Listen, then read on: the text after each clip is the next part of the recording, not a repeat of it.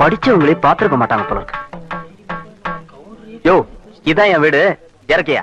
பேசுன கூலி கைக்கு வரட்டுங்க, அப்புறம் இறக்கி வைக்கிறேங்க.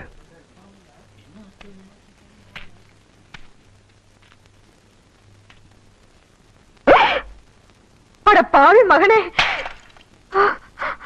என்ன காரியம்டா செஞ்ச? ஐயோ ஐயா, மன்னிச்சிருங்க ஐயா. டேய், தோட்டத்துல வேலை செஞ்சிட்டு இருக்கிறப்போ உங்க அப்பா உசுர விட்டு போட்டாருன்னு பெரிய கவுண்டரும் உன்னை படிக்க வைக்க அனுப்பிச்சாரு.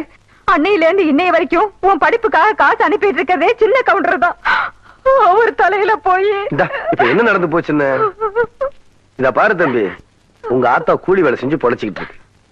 1.5 சமயம் உன்னால தூக்க முடியாம அடுத்தவங்க மேல நீ ஏத்தி விடுற. படிச்சு போட்டா மட்டும் எல்லாம் தெரிஞ்சது அர்த்தம் இல்ல. மனுஷங்களை மதிக்கவும் கத்துக்கணும். உன்னை படிக்க வச்ச எங்க அப்பாரு என்ன படிக்க வைக்க நினைக்கல பாத்தியா?